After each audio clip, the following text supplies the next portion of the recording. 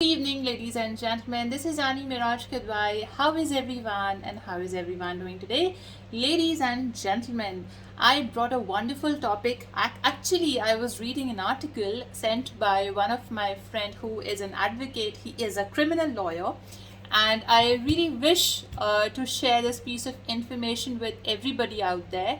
I know most of the people already know, but still, to young women and people who go out to work and some kind of disturbing people don't let them work, etc. For those kind of people who are not aware about their activities and still doing those kind of activities, which may land you up in jail.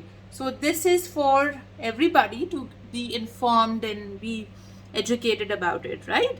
I am going to talk about in this short video about the IPC 354D. What is that?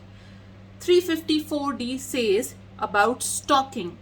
Any man who follows a woman and contacts or attempts to contact such woman to foster personal interaction repeatedly despite a clear indication of disinterest by such a woman, or monitors the use by a woman of the internet, email, or any other form of electronic communication commits the offense of stalking. So it's a long article. Whoever commits the offense of stalking shall be punished on a first conviction with imprisonment of either description for a term which may extend to 3 years, and shall also be liable to fine and be punished on a second or subsequent conviction with imprisonment of either description for a term which may extend to 5 years, and shall also be liable to fine.